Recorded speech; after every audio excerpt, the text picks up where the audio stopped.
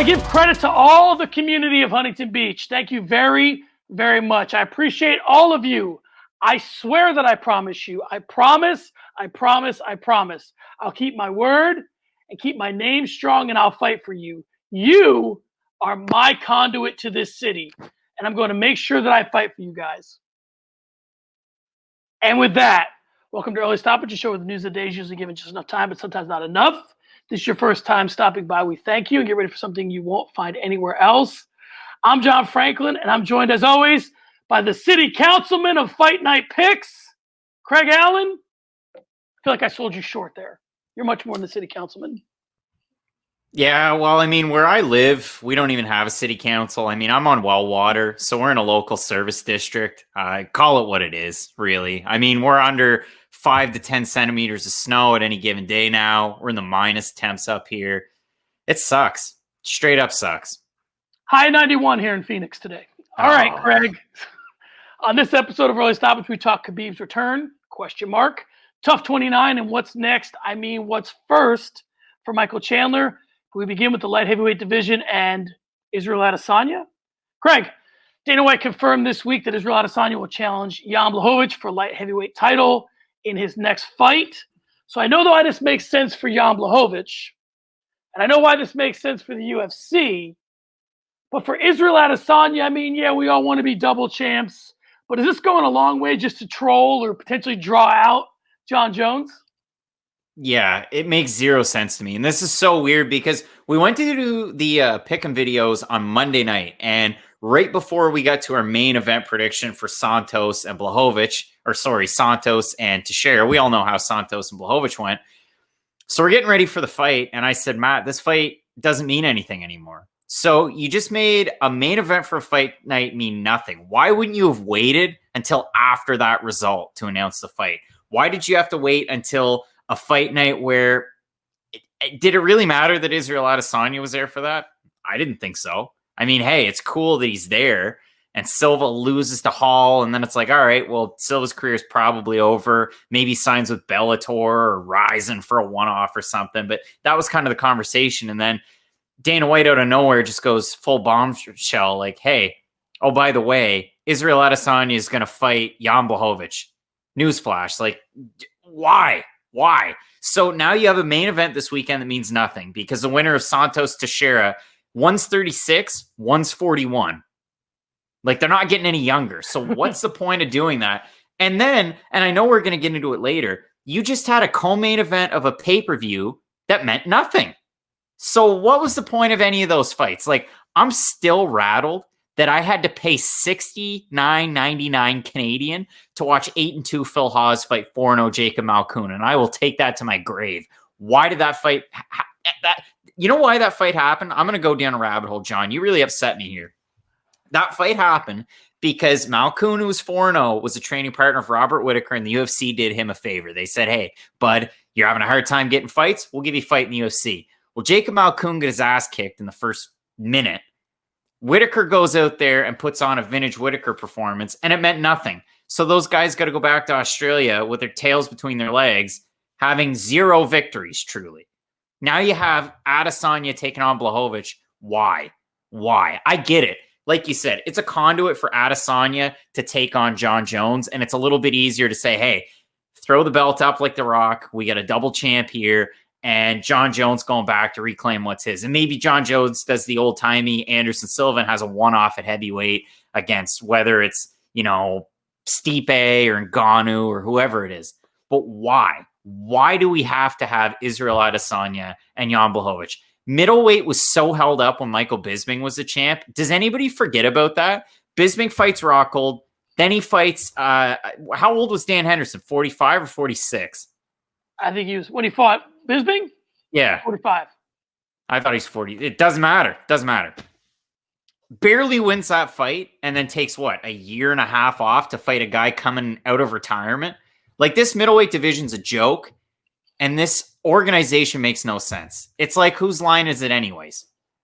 Well, I agree with everything except for, we kind of had a pact before this podcast started that we're going to stay away from the U.S. elections. I do care.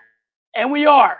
But all I'm saying is the more that you watch this sort of stuff and you start to figure out this person's path to this and that person's path to that, what's it going to take? And you start putting your mind that way, you realize that if the UFC lets Jon Jones fight for the heavyweight belt and he wins, and the UFC lets Israel Adesanya fight for the light heavyweight belt and he wins, you get something that's probably never happened in the history of the promotion or MMA, which is 2 double champs fighting each other. And that's the only way. We talked about this a couple weeks ago, Craig. We talked about you can't get Jon Jones and Israel Adesanya in a cage together and have it be a main event unless one of them has a belt. You can't, because there'd be no championship fight. Now, I'm from the camp that I believe that we were talking about all kinds of creation of belts and all that stuff. I'm from the camp that you wipe the thing clean.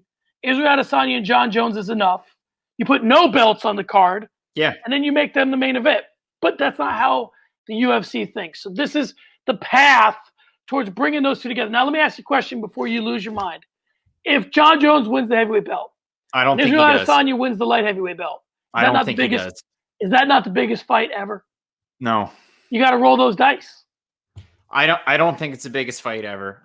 This is where it gets weird for me. So again, we're always talking pound for pound. Everybody's talking pound for pound. People have been hitting me up in the DMs about pound for pound. And in the YouTube comments after last week's video, which, hey, I know we made it this far into it, but we really do appreciate those YouTube comments. Keep them coming. And I know my dad over on my right hand of the screen, he loves those comments. But if we really get into this, I think that Jones loses to Miocic. I still think Jones, greatest pound for pound, just based on the quality of wins and the names that are on his resume. Israel Adesanya, to me, is the biggest star that the UFC has right now. Here's a question for you, John. Israel Adesanya is the biggest star in the UFC. Why didn't they announce this fight when Khabib beat Gaethje? Was it because they knew he was going to retire? Was it because that was such a momentous occasion? Because it didn't seem like it sold all that well. Why did they do this with Israel Adesanya on a fight night card where Anderson Silva was going to retire? There wasn't a lot of media attention with that card from what I saw. And why did they only show Israel Adesanya a couple times during the broadcast? They hardly made a big deal whatsoever about Israel Adesanya being there. If he's your biggest star, wouldn't you market him a little bit more? Yeah, I mean, it's a curious play by the UFC. It doesn't fall in line with the things they normally do. It almost seems like Dana was just being candid. And I don't want to say let something slip, but he was just like, hey, this is what we're working on for them. Leave me alone about Adesanya. This is the deal. Or maybe he was trying to, push down a Whitaker fight, or, he just kind of got swerved. Typically, Dana doesn't get swerved. Didn't say anything he doesn't want you to hear, but it did seem odd. All right, John, we will move on to our next topic. And we talked last week at length about Khabib's career and his legacy. Well, apparently it's not so fast, my friend, as Dana White said that Khabib Nurmagomedov, and the quote is, I have a feeling that he might go for the 30-0. John, a couple quick questions. One, what's the point? And then two, who's number 30? So the only point for Khabib, and this is going to be quick for me, the only point for Khabib is GSP. That's it. That's all he has left. He basically cleaned out the division, depending on how you feel about Tony Ferguson. I think that, Ferguson lost to Gaethje, but styles make fights. I still think Ferguson and Khabib should fight. If he's going to go for 30-0, it will not be Tony Ferguson. I can promise you that. He's going to go for 30-0 against something like Kamaru Usman, or it's going to be Kamaru Usman, or it's going to be George St. Pierre. That's it. It's either going to be the double champ of 170, or he wants the big payday with George St. Pierre. That's the only reason to go for 30-0. There's no other fight out there, I think, that holds that level of importance for him. So the point would be to get to 30-0 because he wanted to, and it's got to be to sort of put a dent in GSP's legacy. I agree with you. And I mean, GSP's been, he's been my guy since Jump Street, like favorite fighter, how I get into MMA, this and that. It's GSP, Shogun Rua, and Lyoto Machida. They're my big three right there. But if I really think about this, who are some of the names that could pop up? Well, Gaethje was kind of the boogeyman. He seemed like the guy that was, I wouldn't say a foregone conclusion, but if there was anybody right now in that lightweight division to get a win over Khabib, it was Gaethje. Well, you saw what happened in that fight. Khabib kind of toyed a little bit, got kicked in the legs, and absolutely dismantled him. It was amazing. I think GSP, I don't even know about Usman. There's only a few select names. Would it have to be a big pay-per-view draw? I don't think so. So it wouldn't have to be the biggest of names, but it would in a sense, because this is almost like when Floyd Mayweather did the 50-0. It's got to be somebody that's going to draw somewhat. There's only two names that used to be lightweights that are now welterweights, and even those guys don't hold water. If Masvidal didn't lose to Usman, there's your fight. And if Nate Diaz didn't lose to everybody, well, there's your fight. But it's not going to happen with those guys. It's not going to happen with McGregor again. Khabib doesn't want the fight. So to me, it's got to be GSP. You know, I'm with you. I think it should be GSP. I don't know what held it up before.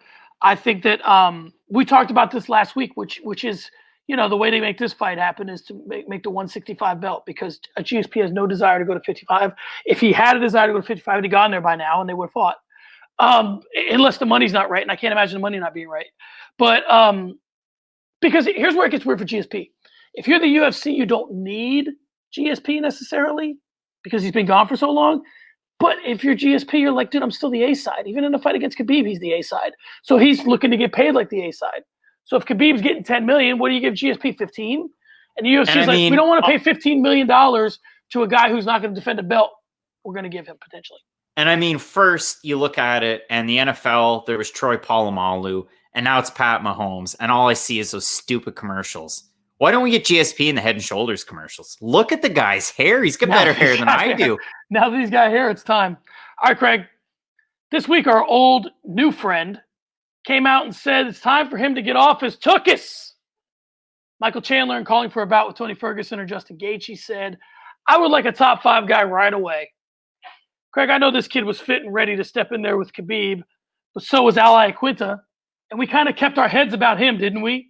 So does Chandler deserve a top 5 fight, or should he be staring down Kevin Lee and his odd tattoo in his debut?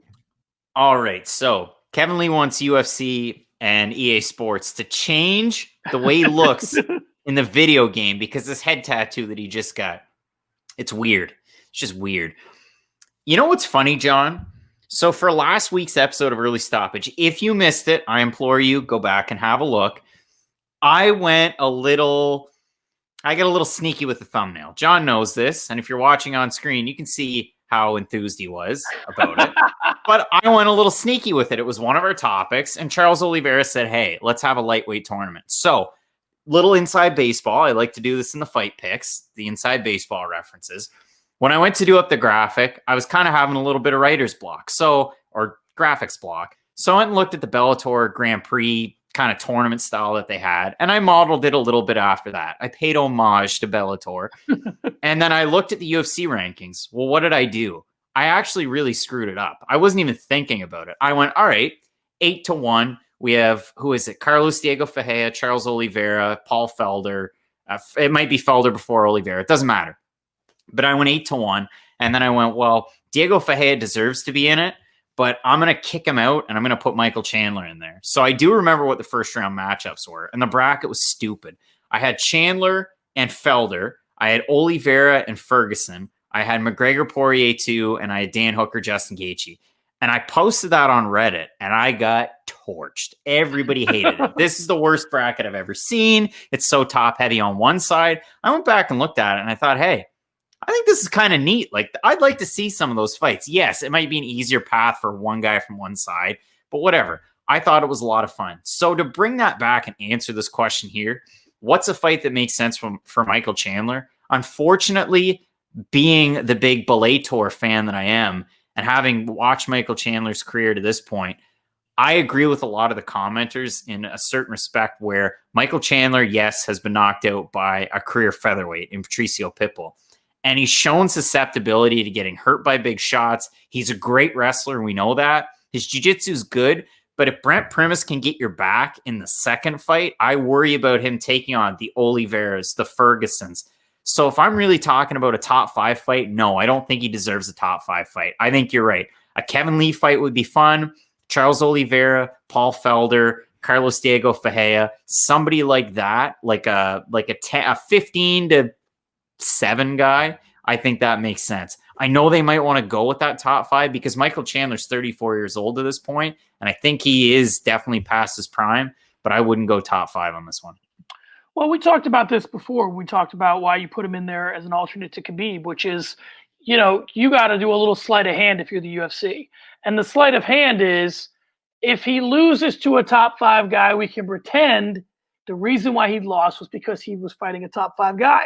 So we can get one, maybe 2 top 10 fights out of him, maybe a co-main event or a main event of a fight night, just based on the fact that he lost to a guy we know to be good. If you have him fight 11 or 12 or 13 or even 10, and he loses that fight, well, now he's going to fight, obviously you know how that would go along. But my point is that I'm with you. I don't know that he deserves it. I don't know anybody coming over from Bellator deserves it, because this is the age-old question of, is the worst fighter in Bellator better than, or UFC better than the best fighter in Bellator? Obviously, that's not directly the case. It's not like it's not like the number 20th ranked UFC fighter would go win a belt in Bellator. It's not that easy.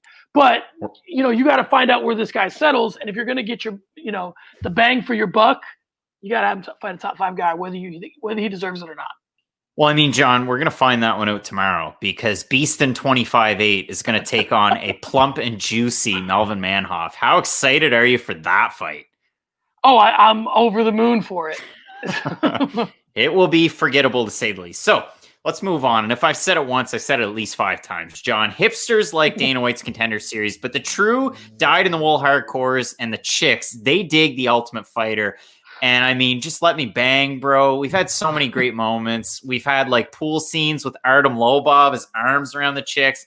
It's a weird place, but there's some good news on that Tough front. And Tough 29, it's been confirmed for March of 2021. The coaches are TBA. The divisions are figured out. It's going to be bantamweight and middleweight. And so let's kind of earn some of the UFC executive pay, if we will. Who should the coaches be next? And I want to throw something in here too and add a little bit of a spin on this one. Is it weird, John, that the coaches are TBA and also you have to fill out an online application to be on this season? It's weird. It doesn't seem like they're giving it the attention it deserves. It seems like a job, it seems like a seasonal job. Like, you want to work at Toys R Us. There is no Toys R Us anymore. You want to work at Amazon. We have Toys R Us. One of the many ways that Canada is beating the United States right now. So anyway, for me, let's get crazy with the coaches. I'm going to go way out of left field. I know that he had a fight booked at 125 pounds, but these are bantamweight fighters. Let's bring back Cody Garbrandt and TJ Dillashaw. What better way to reintroduce TJ Dillashaw to the masses than to put those two maniacs together? Let them, let all the alpha male stuff stew. And I think this honestly is a better way to reintroduce Dillashaw than just having him fight. So I'm going Garbrandt, Dillashaw 2. If you want me to get really crazy, John, this would be, if you're going to bring back Tough, let's have 2 legends as coaches at bantamweight. You know who I'm talking about. These guys are ranked now at bantamweight. I'm talking about the former lightweight champ and the GOAT at featherweight. And you can tell me it's Max Holloway. You can tell me whoever you think it is. What if Jose Aldo and Frankie Edgar were the coaches? Would people not want to watch that? I mean, I get it. Jose Aldo's English, not the best, but who cares? 2 legends, and you're bringing back Tough. And the other thing, I think it's absolutely ridiculous. You want to add a spin onto the reason why I was fired up in our first question? Why was I upset? Because the UFC, it was just kind of like, oh, by the way, there's Israel Adesanya just sitting there. We're having a fight between Uriah Hall and Anderson Silva. Hey, look, over there, it's Israel Adesanya. How cool is that? They just kind of like made this Tough announcement and then just kind of, yep, well, that happened. But also, by the way, the coaches are TBA and the fighters just apply online. Like you if you want a job at Wendy's, you know how you apply online? This is like a job at Wendy's. I think it's ridiculous. They made that commercial look so cool. Like there's going to be such an awesome production value. And there probably will be. But it just seems so stupid. Like, Contender Series zapped so much talent. Like, what's left? You going to bring Brad Katona back? Well, like, what are you going to do here? Not for nothing. It wouldn't kill him to do another comeback season. Season 4 was pretty cool. Is Jesse Taylor going to get a 3rd shot at the UFC? Yeah. It's interesting. One more thing I'll just touch on. If we're talking about bantamweight goats, I mean, here's the question. Do you have the coaches go on there that could potentially fight, Or do you just Cruz put Edgar? Cruz Edgar be interesting? Cruz anybody be interesting, obviously at bantamweight. So, do you do one from each weight class? I don't really know who has. I guess you could do Whitaker Costa because we'll get to that later. Those guys could be rumored to fight. Whitaker Costa might be interesting. Costa was on tough. Whitaker, I don't know that there's a lot of personality from Costa's perspective, but I don't know how interesting that would be. So we'll see. Well, I mean, Right. Whitaker Gastelum, wasn't that a season? I think See, so. I never watched this show. I never watched it. I'm not a tough guy. Me neither. That's part of the problem. We got to I'm get a Max weak Friedman guy. on the phone. We got to get Max Friedman on the phone for a lot of reasons, but that'd be one. He's almost a tough historian, that guy.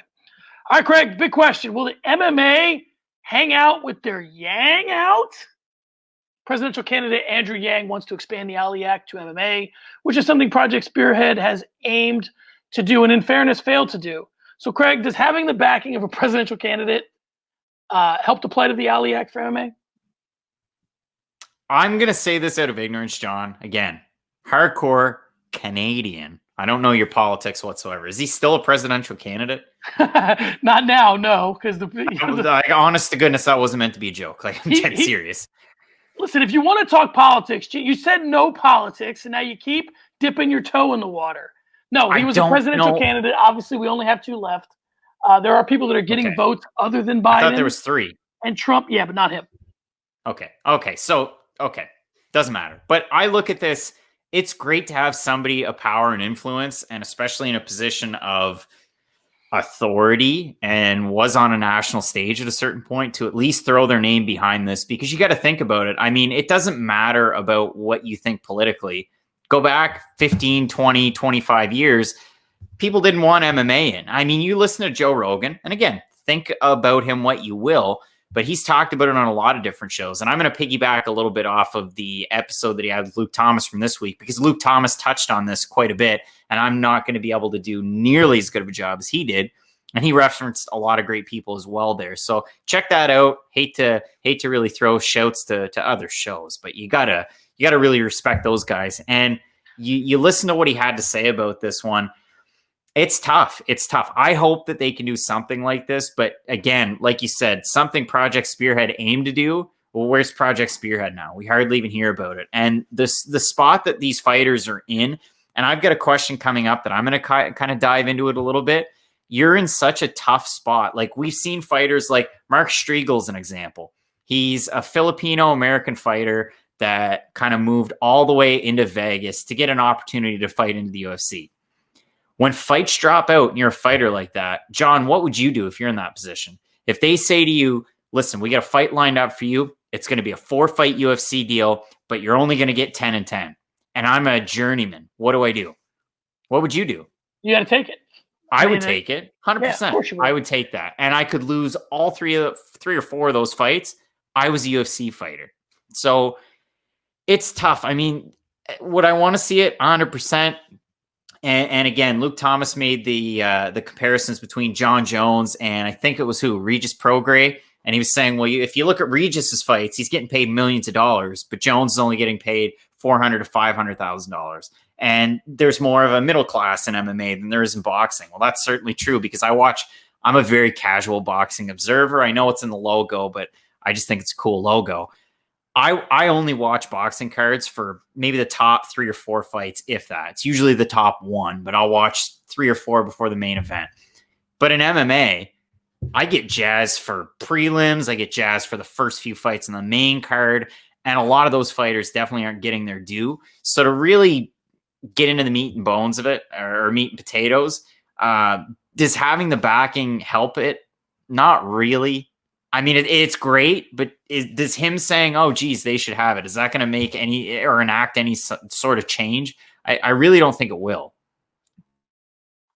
Yeah, I think him being a presidential candidate adds some cachet, but let me tell you something. He's just under 2 million Twitter followers, and Dana White's a little bit over 5 million. So not that Twitter's everything, but I guess the question becomes is if Andrew Yang decided to put all of his effort and talent and attention onto getting the Ali Act into MMA, would he be more successful at doing that than Dana White would be in just completely discrediting him with a couple of press conferences? Probably not. I mean, if Dana White wanted to start dropping this guy's name and really shredding him as like a Johnny come lately to MMA and a guy who thinks he's just going to come in. That's the play I think that Dana would use. He would say, this guy's been an MMA fan for about 5 minutes and he's going to come in here and tell me what to do with the sport. I think that's the play, and I think he could do it, and Yang would be largely dismissed unless he made this his plight in life. And if that's the case, then yeah, and he dedicated all his time. He's like, yeah, Dana, you're right. I've been here for 5 minutes. Before those minutes, I've been studying up. So, you got to, if he decided to do that and really knew what he was talking about, I think that a combination of him, Leslie Smith, and you need a big name fighter. Like if they got Connor or Jones, or like if they got a coalition of guys, like we thought we were getting back when that big photo op with Cerrone and GSP and all that, those guys, whatever the hell they were, then maybe. But I just don't see that. So I think that Yang will probably be dismissed. Well, John, listen, I'm gassed up today. I opened the show. It's cold as all fuck here. I mean, we have 5 centimeters of snow. It's ice. It sucks. And I'm in Canada. But I am hot about this one. An article happened to fall my way today titled, Kevin Croom, Jose Flores issued NAC suspensions for marijuana use, comma, Nico Price also cited. That last part didn't surprise me at all. I mean, Nico Price loves himself the weed, but we've harped on this topic before. And I'll be honest, I can see this incredibly black and white with no shades of gray, but I can also see it the other way. And I look at this, you look at Kevin Croom, does the punishment fit the crime here? And I'll kind of set the scene. So Roosevelt Roberts had a fight booked, and a day before weigh-ins, the fight fell out. So Kevin Croom steps in to take the fight. And if you don't know anything about the hard-hitting hillbilly, he kind of had one of those like Anthony Smith type of records. He was a journeyman on the lower scenes, comes up, fights Roosevelt Roberts, who's a prospect, submits him in the first round, wins a $50,000 performance bonus. And now that win and all that glory is gone. I mean, he still gets to keep the money, but the win's overturned to a no contest. What do you think about this? You're going to hate this answer. And I'm not even that conservative of a guy, but you're going to hate this answer, I think. It's like anything else. If you got a fight booked and you had a heart condition, if you had a fight booked and you have an injury, if you got a fight booked, when they book the fight, it is incumbent upon you to say, I am either ready to meet all the specifications of fighting this fight or I'm not.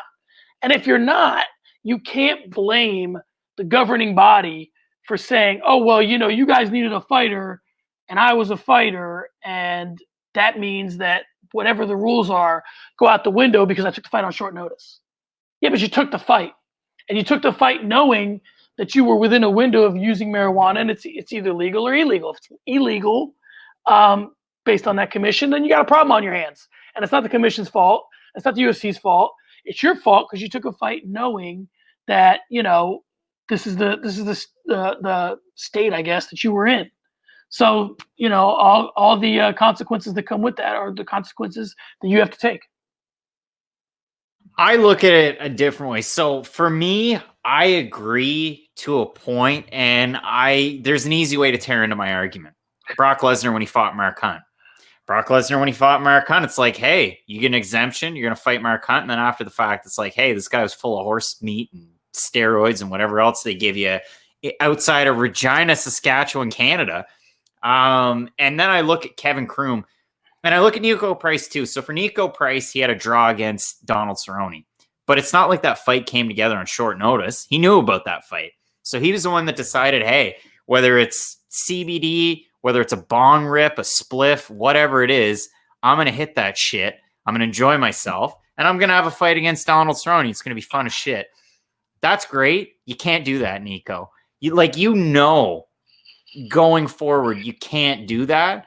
If you screw up there, it's your fault. But for Kevin Croom, again, a career journeyman, like I kind of referenced in the last thing, and you get an opportunity to fight in the world's biggest stage, what are you going to do? Oh, geez, sorry, Mr. Andy Foster. Sorry, NAC. I smoked a joint, a week and a half ago? It might be in my system. I can't take this fight. The UFC is going to pass on you. You may never get a shot again. And for them to overturn, again, this is where I see it in black and white. If you knowingly took that, you had the fight, and then it gets overturned to a no contest, well, you're a knucklehead. It's your fault. But if you're Kevin Croom, you come in on short notice, you have the fight, why are you overturning wins to no contest? The other thing too, it's marijuana. And I get it. There's always that conversation. Is it really a performance enhancer? Well, it helps with recovery. So nah, but is it any worse than anything else? Like really? Listen, it's legal in the state of Arizona now, so we're all rejoicing. But here's all of Canada. Here's my thing, I guess, where I'm with you in that, what happened doesn't change. John Jones' second fight with Daniel Cormier got overturned. We all saw it. We all know what happened. No one's under any illusions that DC won that fight, whether it's no contest or not. So if you're Croom, I think that and this may be pushing back a little bit what I said earlier, but I think you take the fight, understand the consequences if they come, and just say, oh, well, those are the consequences. But now you still have tape.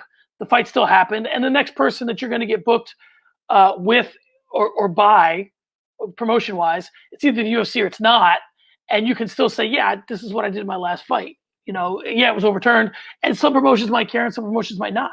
They might say, well, I want to book you. Are you still getting high? And you say, yes, I am. No, I mean, you deal with that when you deal with it. But my point is that you have this performance that you can then say, this is something I did. All right, Craig, speaking of commissions and speaking of rules, let's move on to sparring sessions. I noticed in this last fight that new replay rules were in effect, and it included a review official for replay and the ability to stop and restart a fight at any time. Now I'm going to keep this very simple in the questioning, which is, are the new rules the way of the future or the demise of the sport? And I know it seems like in saying the demise of the sport that I'm being a little bit dramatic about it. Maybe I am. But I guess the question I have is like other sports like, baseball and whatnot, they struggle with how long their sports take based on rules, right? And MMA has typically been a sport that moves very quickly. And so do you think the ability to stop a fight anytime or the ability to have another set of eyes saying, oh, that happened, there's eye poke or whatever, affects the flow? I mean, obviously it affects the flow, but does that matter? It's a tough one. I mean, if you ask a soccer fan about this, they're going to say, well, look at VAR. And they hate VAR. They think it's the dumbest thing ever. Did you break the plane? Were you offside? Is that goal actually a goal now? They hate it. I mean, they want referee discretion for the most part. There's some things that it helps out with, but for the most part, speaking generally, people don't like VAR.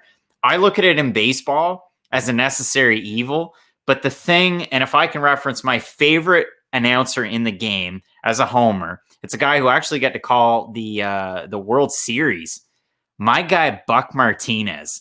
I mean, if you want to see a highlight reel, Buck Martinez breaking both legs in the same game. Like, this guy is a legend. He's a legend in Canada. He has the best hair in the game. I'm kind of modeling it after him. I have a little bit of a Buck impersonation, but he basically said that, you look at the plays at second base and they don't make any sense anymore. And you watch them, and if a catcher makes a throw to second base and the guy slides over the bag, and for a brief second he's off the bag and that tag holds, well, you should be out, right? If you're not a baseball fan, I apologize for the snooze fest. You should be out. But the umpire's not going to see that. 95% of the time, the umpire is not going to see that. So it slows the game down. It reduces human error. And I get why the UFC is bringing this in. It's another thing. We saw it in the Stanley Cup playoffs last year, and we saw it the year before that, where it ruined a season for a team. I want to say it was Vegas when they played St. Louis in 2019. Like, that was pretty much it on an offside call. So I look at it in MMA as something that we kind of do need. I mean, you remember Ed Herman's last fight where he got kicked in the nuts, but apparently his nuts are way up here. I mean, I've seen Ed Herman up close. I don't think he has nuts up there. Maybe he does. If he does, I mean, that's a good party trick. Follow the Beck Rawlings thing. Go on OnlyFans with that stuff. But overall, I think we need replay. I think you got to have it. There's too many fight-ending sequences. A lot of people talked about the Ed Herman fight, but the fight that Jessica Rose Clark had against Sarah Alpar, where Alpar was like, her butt cheeks were half an inch on top of the mat when she got kneed to the face, and nobody knew what happened. That was one of those ones where if we had the use of replay and not just the limited use of replay, it would have helped everybody out. And I think we're going to see that more and more. If you have the technology, why don't you use it? Yeah, I agree. I mean, the two sports that stick out of my head would be tennis. Tennis went to a machine to call ins and outs. And when it first happened, it was a long time ago. But when it first happened, John McEnroe couldn't argue with a person anymore. So now he's arguing with a machine. And the thing you love about McEnroe is he goes, are we playing the machine? Are we not? I remember this one tirade that he had where he didn't know if he was playing a machine or not. But the other thing would be John, time out. How many years ago was that? Oh, it's been a while, man. It's been like 20 I'm years. 26 years old. Has John McEnroe played tennis in the last 26 years? While you were alive? I know him from that Adam Sandler movie that one time. Yeah, no, wow. Yeah, he's played within the last 26 years. Was that Mr. Deeds? That was Mr. Deeds. Yeah, it was Mr. Deeds. But no, the other thing is, if we get back to baseball, we talk about if the technology is available, let's use it. Listen, we could have computers calling balls and strikes, but the purists are like, no, we don't want somebody behind. I mean, you don't even need. You make a sound, okay, but it would make the game more correct, and it would make the game more efficient. It would make the game more a lot of things. But purists don't want it. I think there's a way to do this. I mean, there's only gonna be certain things that you use it for. Eye pokes, strikes to a grounded opponent, did someone not tap, groin shots. I think for that kind of stuff, it's good to clean it up. All right, Craig. Let's move on to our segment of the week. This week it's called What's His Play? I'm going to give you a scenario that a fighter is currently facing. You can play his manager, his publicist, his PR person, or just someone that has his ear. And you can tell me what's his or potentially her play. Let's start with Greg Hardy. Greg Hardy said this week that he is innocent and has been the target of an extortion plot. He wants to rehabilitate his name for his kids. What's Hardy's play here? I'm not the NFL. So if I'm Dean Thomas or Rashad Evans, and I'm in his corner, which again, he's no longer at ATT. He's training with those guys in their gym. Jillian Robertson's there. I mean, the guy's trying to turn over a new leaf. It's tough for him because his past is very dubious, and the NFL passed on him. And if the NFL let Antonio Brown back, like he's playing this week, so yikes. But if you're, Greg, if you're Dean Thomas rather, or anybody that's in and around him, Rashad Evans, maybe kind of cool it on that talk and just kind of talk about the fact that, hey, I'm a new guy. I'm in a totally different sport. My life has changed. This is Greg Hardy 2.0, and I'm here to fight and put together a good name. It's a weird one. That's a really tough one to try and answer. Well, for me, I think that, listen, there is no one who is hated more than Michael Vick, right? So, I tell my students, and I tell my children all the time, is that the fastest way to get yourself out of trouble is to admit what you did and start fixing it, whatever it was, right? The thing that got you in trouble, not something else, right? If my son is being disrespectful, cleaning his room does not change that. Speaking respectfully to his mother and his sister and myself is what changes that, right? So to do that. So for me, I think that Hardy needs to really, I almost said this in a very horrible way, but reach out to women's groups. I was going to say go at, but reach out to women's groups. The reason why Michael Vick was forgiven is because of how much work he did with the SPCA and how much, he got involved with animals and saw the error of his ways and did a lot to change things. He was seen visibly on the other side of the issue. You can't continue to be the Prince of War or whatever the hell he's calling himself these days. And then, you gotta be transparent. Make your wife or girlfriend, whoever's in your life, visible. Show yourself reaching out to women's groups. Trust me, they will want your help, right? And if they're rough on you at the beginning, they should be. You've earned it. So take your licks. That's what everybody wants to see anyway, and rehabilitate yourself. All right, Craig. Dana says Anderson is done. Silva, that is, as if there was another one. Anderson says he has more fights in him. What is Anderson's play? Can you imagine seeing him in a Bellator cage?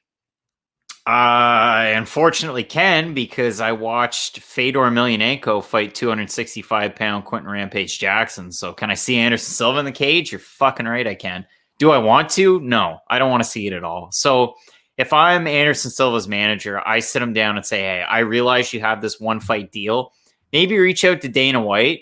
If you want to earn an extra little bit of money, try and get the Chuck Liddell deal. Try and work with the UFC. Try and grow the brand in other global markets. You know how you have a performance institute in China? Maybe make Anderson Silva like a brand ambassador, like Wayne Gretzky's an NHL ambassador to China. Maybe Performance Institute in Brazil, or maybe just push the game there. It's already big there. It's already big in Canada and the States and a lot of the major markets, but get him in a developing market. Try and have him in an advisory role, in a training role, something like Forrest Griffin is now.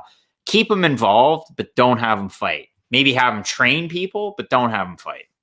I agree, and I think that the UFC they're all executives. They get it. I mean, Anderson Silva needs his golden parachute or his whatever, his 401k, and that should be the Performance Institute in Brazil.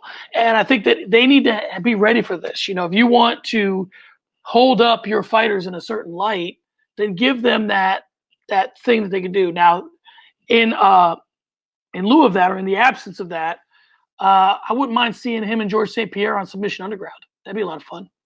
So maybe reach out to Chael. Maybe him and Chael in Submission Underground. Maybe Chael says, listen, let's right this ship, Anderson. I said I didn't know the rules. I thought if you tapped, you lost that round, obviously. And then they grapple. I told that story about the Nogueira brothers trying to pet a bus. Yeah. Listen, I think that if I'm Anderson, I get in with somebody that has a Brazilian – I give a Brazilian face to a different brand, like Submission Underground Brazil. Him and Chael working together, there could be something there. All right, Craig, you're the winner of Thiago Santos, Glover Teixeira, and you just watched as your newly crowned champion, who obviously hasn't cleared out the division because he just won the belt, booked a fight with a middleweight champion. What's your play? So, official prediction on this fight, not very confident. People are pretty hard on me. John, did you watch the prediction video? I haven't yet, no. It's in my inbox. That doesn't matter. I'll spoil it for you. And if you're watching this show this far in, congrats. You probably might have seen the pick. We both picked Glover Teixeira to win. We both picked 41-year-old Glover Teixeira to win. I don't know how 36-year-olds' knees are going to hold up after double ACL surgery. So if I'm Glover Teixeira's manager, I say, hey, hold out. Hold out as long as you can because you're 41 years old and all you're holding on for is a title shot. And if you're Thiago Santos at 36 and I'm his manager and he wins, I'd say fight the winner of, I don't know, Prochazka's got a fight coming up. Fight the winner of that fight. Like, keep yourself relevant. You need maybe another couple impressive performances, some more spinning wheel kick wins over Jack Marshman, stuff like that. For Glover, hold out as long as you can. Yeah, I mean, there's nothing to argue with there. I mean, I think that these guys, you're not going to you're not going to stop Adesanya-Blachowicz from happening. So don't go to the media. I wish. Don't go to the media and try and play that game. You got to just say, okay, I'm going to keep fighting my fights. I think I'm the best 205-pounder in the world, so it doesn't really matter who I fight. Sometimes it's smart for fighters to just kind of mentally, and listen, Sugar Sean O'Malley said he didn't even mentally lose. So just mentally say, you know what, I'm the uncrowned champion. I'd fight these guys anyway. What's the difference? I'm going to go in there, I'm going to win, and I'm going to continue to keep things moving. All right, Craig. I don't know about friend of the show, but certainly favorite of the show, Brandon Moreno, was unhappy with his flyweight title snub at UFC 255. You've been calling for a title shot for Moreno since John McEnroe was still playing tennis. So, but it doesn't seem to be happening. What's Moreno's play here? I couldn't tell you. I had this argument a couple nights ago with Matt Allen. Like, I don't get it. Why did they go with Perez over Moreno when they were both scheduled to fight? And I'm 99% sure Brandon Moreno was higher in the rankings. Well, why? It doesn't make any sense. So what's the play? If I'm Brandon Moreno's manager, I say, all right, you know how the UFC cut you off a loss and you went to LFA and won and then you came back to the UFC? It's back to the drawing board. There's two fights he can take. A, you take the winner of Manel Cape and Alexander Pantoja. That's one thing you can do. There's one other flyweight that doesn't have a dance partner, and he just beat Pantoja. You fight Askar Askarov. Those are the fights. And again, it's a rematch with Askarov because they drew. So for me, that's probably the fight that you make. And that fight didn't go well for my guy, Assassin Baby. I'll leave the fight bookings to you because you're better at it. But if I'm his manager, here's the pep talk I give him. Listen, bud, Tony Ferguson's crying his eyes out for you somewhere, okay? You want to talk about winning a lot of fights and not getting a title shot? Like, a little tough love, maybe step in and say, listen, have you earned it? Yes. Is it coming? No. Let's deal with it. Let's take out the next guy and figure it out. All right, Craig, let's talk about the other side of this Adesanya Blachowicz fight, which is that Uriah Hall says Israel Adesanya is taking easy fights. And Robert Whitaker says he has no interest in fighting Paulo Costa, only an Adesanya rematch. What's the play for both here? And is there any way that you could see the play for both of them being each other? I mean, if you're Robert Whittaker's manager, apparently you can just sit, squat, grab that golden egg that's coming out of that goose's ass because you booked 4-0 Jacob Malkoon to be on a pay-per-view that I paid $69.99 for. John, I can tell you laughed at that initially, but you don't actually find it funny anymore. But I still think it's ridiculous. So to Robert Whittaker's manager, I say this. Or if I'm Robert Whittaker's manager, I say this. I say, Rob, listen here. You remember how you had that season of Tough with Kelvin Gastelum that Craig Allen doesn't remember? You remember that? Let's just hold out. Let's just do what we told Glover Teixeira to do. Hold out. We just hold out. And if you're Uriah Hall, you're in the Santos spot because Uriah Hall's 36 years old. Ain't getting any younger. And this is a middleweight division where, John, if I remember correctly from the start of the show, there's a season of The Ultimate Fighter at middleweight coming up, right? But they don't have any coaches they don't have any fighters. So you have a division that's in a weird place. If you're Uriah Hall, just take another fight. You beat Anderson Silva that wasn't even ranked while you're ranked. You need like 3 or 4 more fights. I think that if I'm Whittaker, I'd rather fight Paulo Costa with a belt on the line. I don't want to fight him before then. So I think these guys make good bedfellows. I think that, if I'm Whittaker, I'm like... That's a saying? Yeah.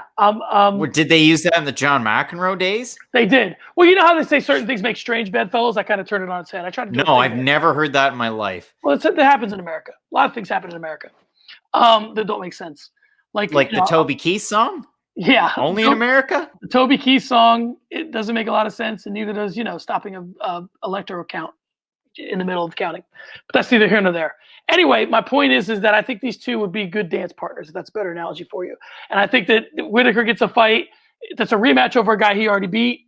Hall gets a fight with a guy coming off a big win. They're both kind of coming off wins. If they can somehow turn this into a tough coaching gig as well, all the better for them. They both have a tough history.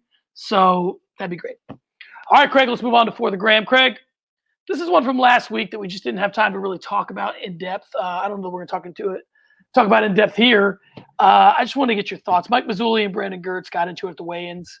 Mazzulli kind of treated Girtz like a petulant child because he was upset about weighing in. Obviously, Girtz was going through the weighing in process, so that's why he was pissed off. I'm going to ask you a question and not say who the guy is, just to give you an opportunity to say who you think is wrong in here.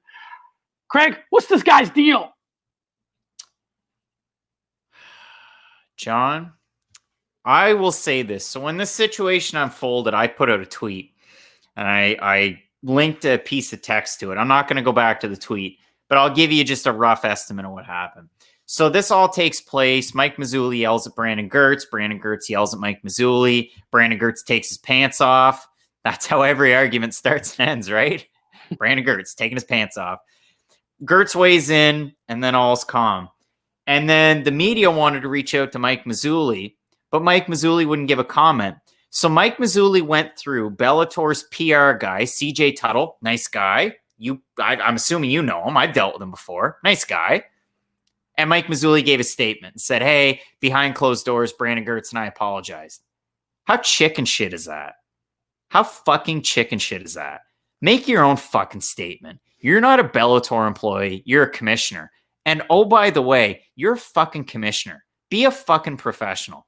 This guy weighed in at 146 fucking pounds. And then Mike Mazzulli goes, no, you weighed 146 and a quarter. And Girtz is like, no, I didn't. And Brandon Girtz has only had one fight at featherweight. Every other fight's at lightweight. Have you ever seen a boring Brandon Girtz fight? No. And he's one of the nicest guys in MMA from what I've seen. Not from personal experience. He also loves his pit bull. I got no problems with Brandon Girtz. He seems like a nice guy. Mike Mazzulli, take your stupid fucking vest off and nut up like Ed Herman. He's got nuts in his chest. Be more like Ed Herman. So what's this guy's deal? Grow up. This is stupid. I'm with you. We've heard some stuff from Mike Mazzulli before. I mean, he seems to be one of these commissioners that likes to flex here and there. I'm with you. I think that, picking fights with fighters who are cutting weight is a silly endeavor as it is. But yeah, I think it was such a small margin that why go at a guy who, by all accounts, does things the way they're supposed to be done, is a good dude. And Mike Mazzulli, it's weird with the Mohegan tribe, right? Because if Bellator wants to sanction an event in Ireland, it's under the Mohegan Sun tribe and Mike Mazzulli are under Mohegan. Yeah, right? The Mohegan Tribe, not Mohegan Sun. I'm mixing up the casino, but it's under the Mohegan Athletic Commission, whatever it's called. Sorry. Not 100% accurate. But Mike Mazzulli oversees the sanctioning, more or less. Bellator 187, when Charlie Ward had a fight and Conor McGregor jumped in the cage, Mike Mazzulli was all over that shit. He was all over Conor McGregor. We're going to fine him. We're going to suspend him. Like, the UFC is basically going to have a problem. Why do you care? What does that affect your bottom line? I mean, yeah, it makes you look bad because your commissioners couldn't hold Conor McGregor out of the cage. But apart from that, why would you even go on shows and do interviews and say that? To what benefit does that hold? Yeah, something that happened when John McEnroe was still playing tennis was Suge Knight of Death Row fame. You're going to love how I pull this around. Suge Ran Knight, over that guy before that movie? He went on to this, I think it was the Source Awards, and he said, if you don't want to produce this all in your videos, and he was calling out Puff Daddy. That's kind of Mazzulli. Mazzulli he wants to get involved in things that he shouldn't get involved in. He wants to be the star of the show. He wants his name in the he kind of is trying to live vicariously in a way through these guys and get involved and like be on their level, or he's like half a Dana White, half an Andy Foster. He's just the Angel Hernandez of MMA. Yes, the Joe West of MMA. Let's move on to one Twitter hitter. Cynthia Calvillo threw some shade at Lauren Murphy after their fight, saying that she took an easy paycheck fight, and then Calvillo looks like she's booking a fight with Caitlin Chikagian. Craig, the odd part about this one is that Calvillo was the one who pulled out of the fight. And then Murphy had to find a new dance partner, and obviously she's going to take what's available. A couple questions here. Is Calvillo out of line? They're fighters, so out of line is a relative term. But do you think the UFC owes this fight to Murphy? Because it feels like Calvillo kind of moved up by pulling out. It was weird. John, nothing with this promotion makes any sense. So Cynthia Calvillo, strawweight, comes into flyweight and beats the number one contender, Jessica Eye. Wouldn't she be the next contender? Nope. So let's look at it this way. Maya has a fight and wins against Calderwood. Maya gets a title shot. Andrade comes in and beats the fuck out of Caitlin Chookagian. Where does that leave Andrade? Well, to me, I look at this. Calvillo should fight Murphy, and Chookagian is kind of out of the picture. And then you have Andrade fighting who? Who's left? Well, she just beat Calvillo. I don't know. This division doesn't make any sense. To me, Murphy Calvillo or Calvillo Andrade. Those are the two fights that you make. Well, now Murphy's out. What does Calvillo really gain out of beating Chookagian? Because Chookagian just got beat by Andrade, and Calvillo beat the number one contender at the time. See? I'm talking in riddles, but none of this makes sense. Yeah, I think the UFC sometimes has to deal with stuff that we don't understand, which is we need there's a fight happening here. We want to move this division along. Obviously, Murphy just fought. But for me, it's like, don't punish Murphy. She was supposed to fight Calvillo on that night. She didn't. So then you make Calvillo wait. You don't make Murphy wait. So, if it takes 6 or 8 or 12 weeks for Murphy to be ready to fight Calvillo, so be it. You should have dropped out of the fight. I'm not saying that I'm like victim blaming someone that got injured, but it's like you're the person that made that fight not happen. So let's not punish Murphy. If Calvillo takes the fight against Chookagian, she's no closer to a title. And Murphy fights Andrade, and there's your next title challenger. And she's going to fight Valentina Shevchenko because Maya's not beating Shevchenko. All those things make sense. All right, Craig, let's move on to posting the book. Craig, the greatest night in Tito Ortiz's life was November 24th, 2018. And I know because I was there. It was the night he finally avenged his losses to Chuck Liddell. I think the ghost of Chuck Liddell was fighting that night, but he beat him. So that was before the other day when Tito Ortiz was elected to City Council of Huntington Beach. Craig, I'll keep it simple. Is Tito the hero Huntington Beach has been waiting for? I got to ask a question first. Sure. Tito Chuck 3. Yes. What did it smell like in that arena? Smelled like victory. I'm guessing it smelled like Axe body spray and sex. Yeah, it did. It smelled like Sex and Candy. Remember that song? Yeah, Mercy Playground. Big fan. Big fan. It was the first time I'd ever been to the Forum. I actually liked the Forum. But it was, you could tell it was a little low rent. Inglewood's always up to no good, but I look at this and Tito Ortiz, Huntington Beach, he is the Huntington Beach bad boy. So is he going to dig them into a grave? Well, no, he's a city councilor. How much power does a city councilor have? I know in Canada, not a whole lot. So I doubt in Huntington Beach, Tito Ortiz has much influence. It brings notoriety. Is he the hero they've been waiting for? I bet there's more heroes in that city council that aren't named Tito Ortiz. I agree. Yeah, I mean, it's interesting. I wish that Tito could have figured out a way, and I tried to do this myself. I caught a creative slash writing slash graphics block earlier when I was trying to do this. If he could have flipped the name into something city council related, like how when Jesse the Body Ventura ran for, I think, governor in Minnesota, he was Jesse the Mind, not Jesse the Body, or like, whatever. So if he could have done like the Huntington Beach, whatever. I like I said, I couldn't think of it.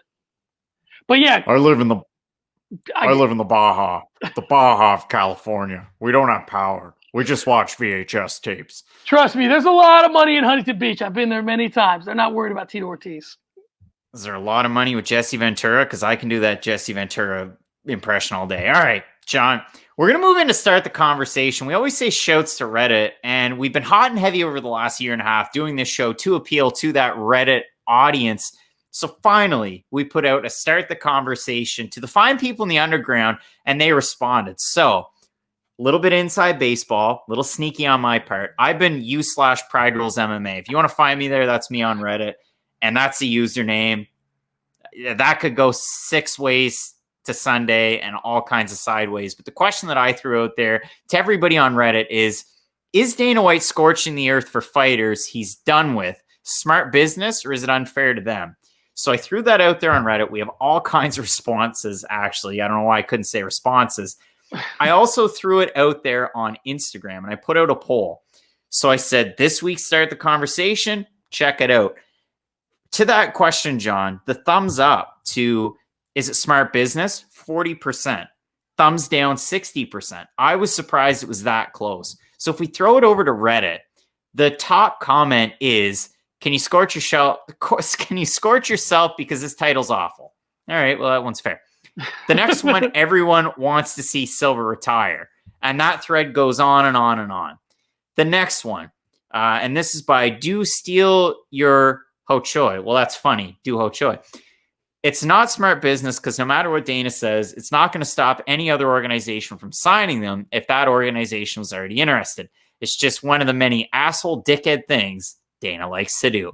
John, where do you fall on the spectrum? Because, I mean, it's a hard and fast 60-40 over on Instagram with the @FightNamePicks fans.